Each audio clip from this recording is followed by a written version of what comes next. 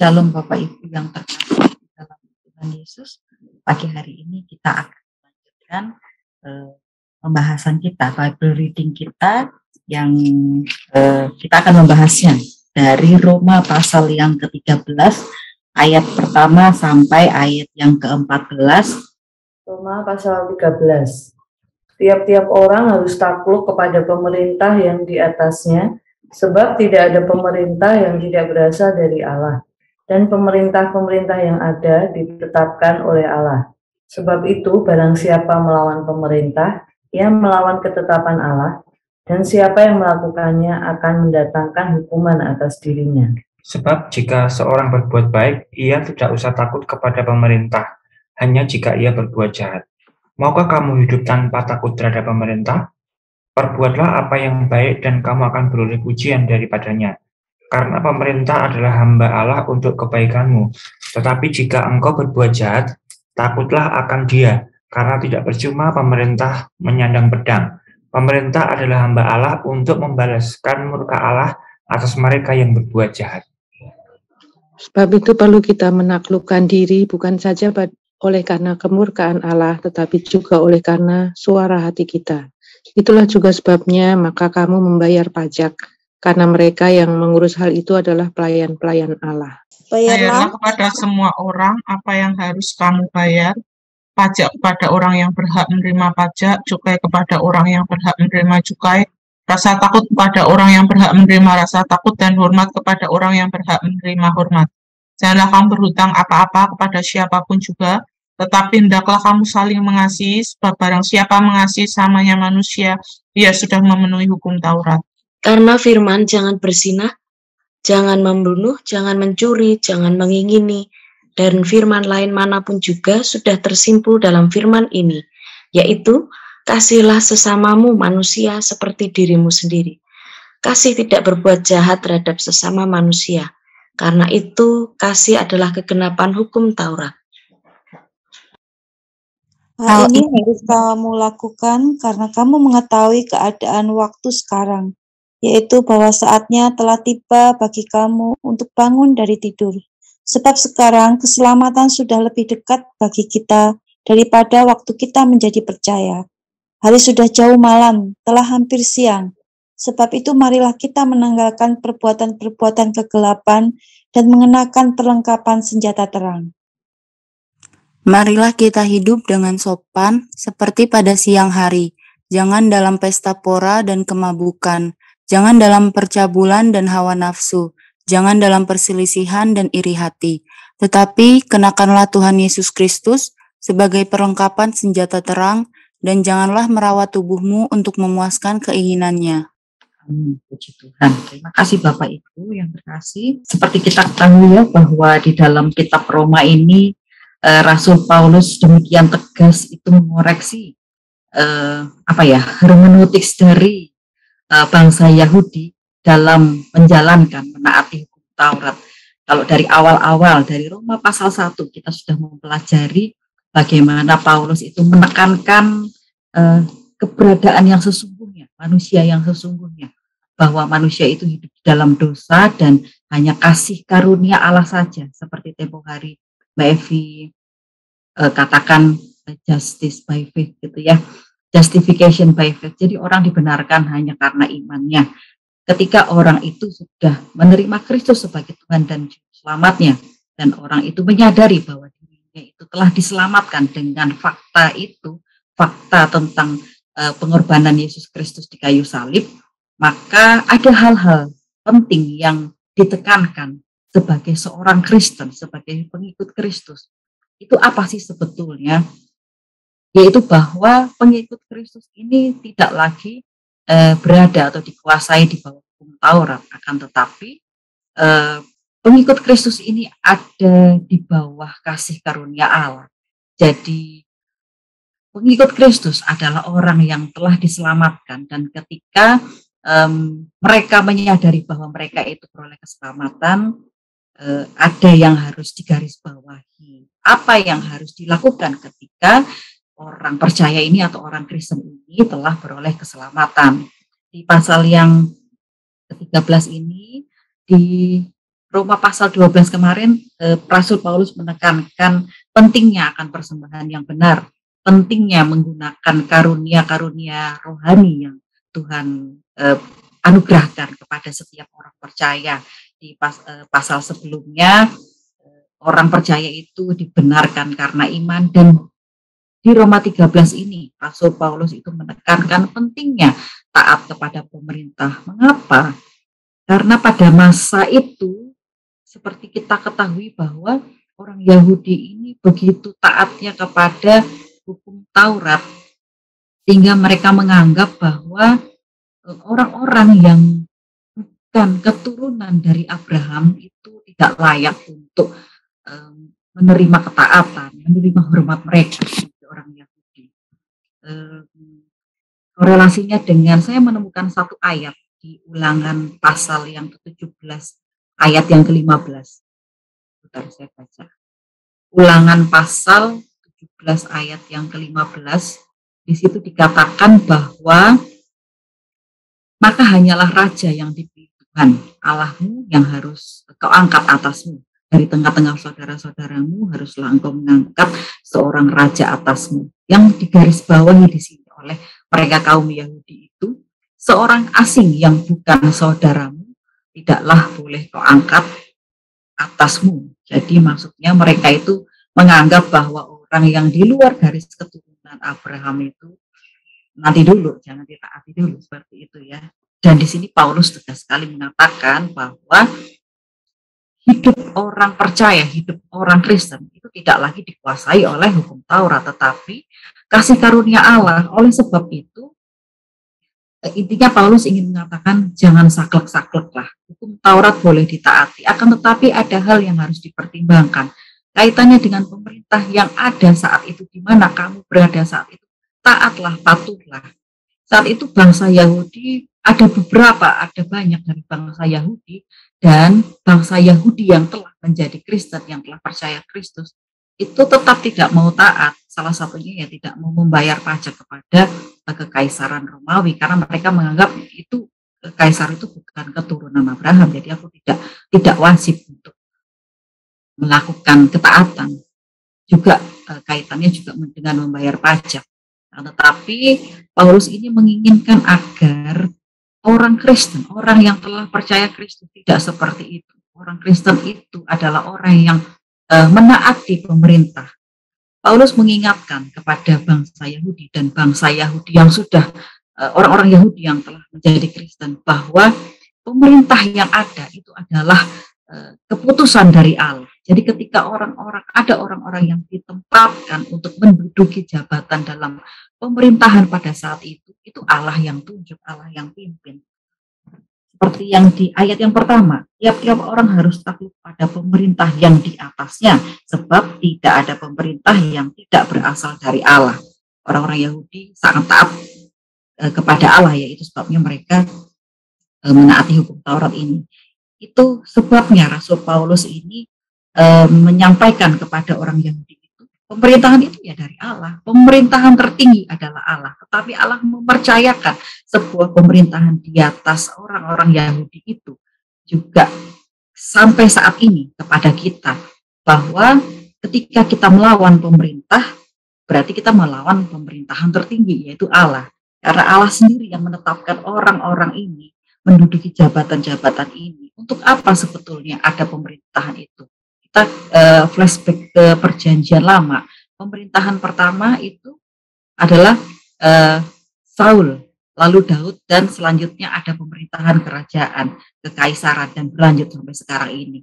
Mengapa dibentuk pemerintahan? Agar ada sebuah kehidupan yang teratur, kehidupan yang mendatangkan damai sejahtera, mendatangkan kesejahteraan bagi masyarakat.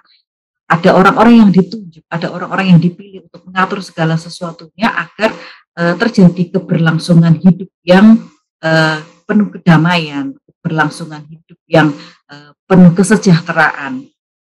Itu sebabnya dikatakan oleh Paulus, ditekankan oleh Paulus, ya pemerintahan yang ada itu asalnya dari Allah. Sehingga dari ayat 4 sampai ayat yang ke-7 itu ditekankan, berbuat baiklah, taatlah ketika kita taat, ketika kita patuh, kita tidak perlu takut karena pemerintahan itu tidak akan menghukum kita. Kita tidak akan mendapatkan hukuman karena perlawanan kita. Tetapi ketika kita memberontak, ada hukum yang berlaku. Kita akan dikenakan hukum itu. Intinya adalah bahwa sebagai seorang Kristen perlu kita menunjukkan ketaatan itu kepada Allah.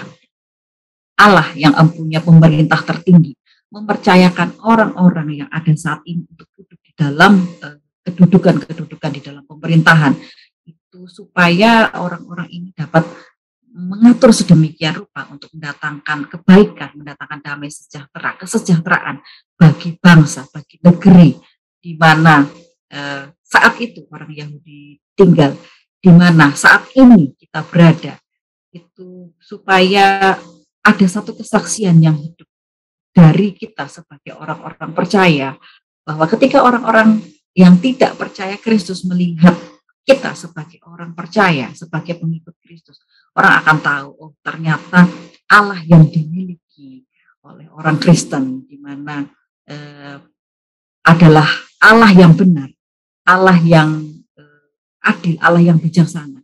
Itu diimpartasikan melalui kehidupan kita sehari-hari, yaitu dengan cara taat kepada pemerintah yang ada saat ini. Lalu kemudian dilanjutkan ayat ke-8 sampai ke-14 ini juga Rasul Paulus menekankan pentingnya kasih. Mengapa Paulus menekankan hal kasih ini? Karena pada saat itu bangsa Yahudi itu juga mengalami perselisihan dengan mereka di luar orang-orang Yahudi. Bahkan mereka yang telah menjadi Kristen pada saat itu hidup kurang harmonis, tidak harmonis satu dengan yang lain. Rasul Paulus menegaskan kepada khususnya orang-orang Yahudi bahwa ketika menjalankan hukum Taurat tidak ada kasih, itu sama dengan nol, sama dengan tidak ada penggenapan hukum Taurat. Tapi ketika seseorang sudah mulai menggunakan hatinya untuk memberikan kasih kepada orang lain, kasih itulah rangkuman dari seluruh firman, dari seluruh hukum Taurat. Kasih itulah kegenapan hukum Taurat itu sendiri. Karena tanpa kasih, ya seperti yang Paulus katakan, tidak ada kegenapan hukum Taurat itu. Kasih itu implementasinya seperti apa sih? Kasih itu tidak berzina, tidak membunuh, tidak mencuri, tidak mengingini segala hal yang menjadi milik orang lain. Dan di ayat yang 9 ya, firman lain manapun juga itu sudah tersimpul semuanya, sudah tergenapi semuanya ketika seorang percaya, seseorang yang telah menjadi Kristen itu melakukan kasih kepada orang lain. Di situ dia sudah menggenapi seluruh hukum Taurat itu. Di ayat yang ke-11 sampai ke ayat 14 ini juga sangat menarik, spesial, bahwa ketika seseorang sudah menerima Kristus sebagai Tuhan dan juru selamat pribadinya, itu berarti dia telah beroleh keselamatan. Ketika seseorang yang sudah beroleh keselamatan, jangan lagi dia hidup di dalam hal-hal yang telah ia tinggalkan. Ada sebaiknya orang-orang Kristen wajib untuk mengenakan manusia yang baru. Jadi jangan lagi dia hidup di dalam pesta pora, kemabukan, hal-hal percabulan, mengumbar hawa nafsu, hidup di dalam perselisihan, iri hati. Jangan, itu semua sudah ditinggalkan. Karena di dalam Kristus ada manusia baru, yaitu hidup di dalam terang, hidup sebagai anak-anak terang, dan mengenakan perlengkapan senjata terang, yaitu Yesus Kristus sendiri.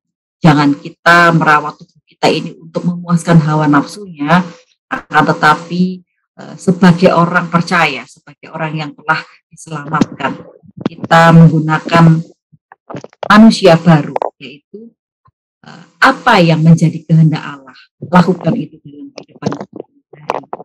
Untuk melakukan kehendak Allah itu tidak mudah ya Bapak Ibu sekalian. Kita harus menyalipkan kedagingan kita setiap hari, di mana ketika kita menginginkan hidup yang nyaman, hidup yang sesuai dengan keinginan kita, kehendak kita, kenyamanan kita. Akan tetapi pada saat itu ketika kita menerima sebuah panggilan, pada saat itu kita harus melayani orang lain. Itu tidak mudah, Bapak Ibu sekalian.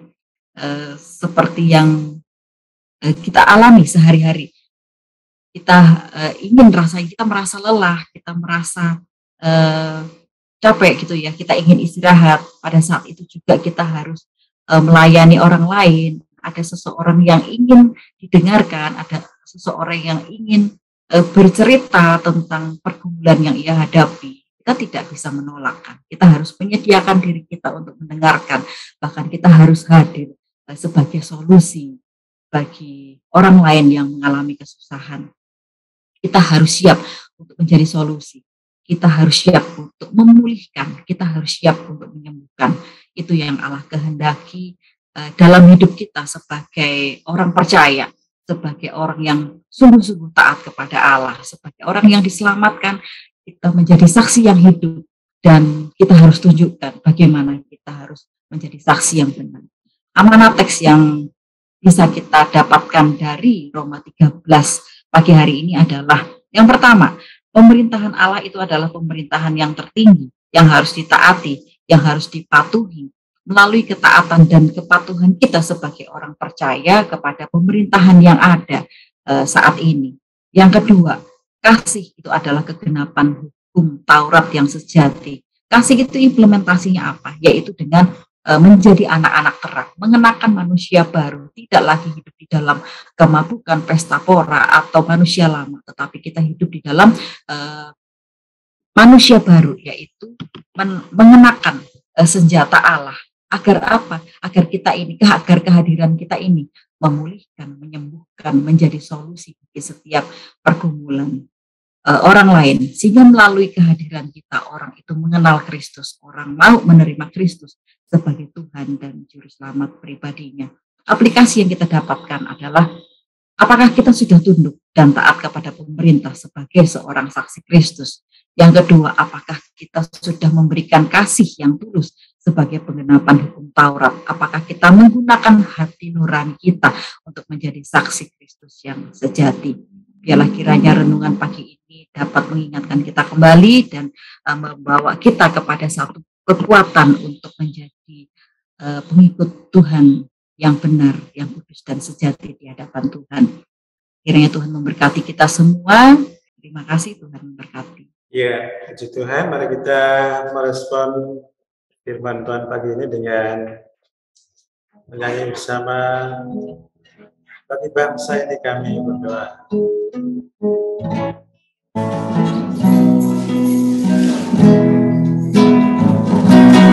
Bagi bangsa ini kami berdiri dan berdoa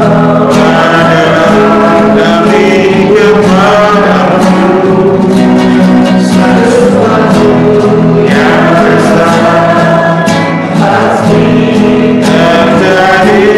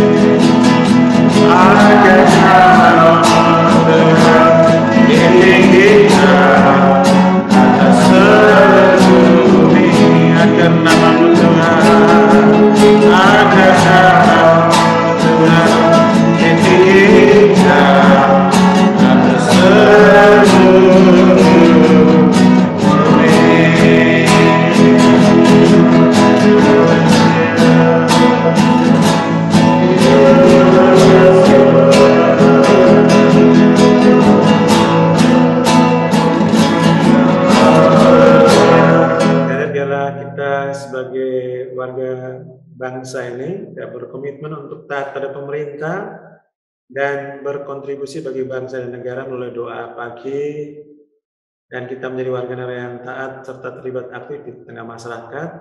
Kita juga berdoa agar Tuhan melimpahkan kasih dalam hati kita untuk menyatakan kasih kepada sesama dengan kesungguhan hati. Mari kita berdoa bersama. Ya Tuhan, kami datang kepadamu, kami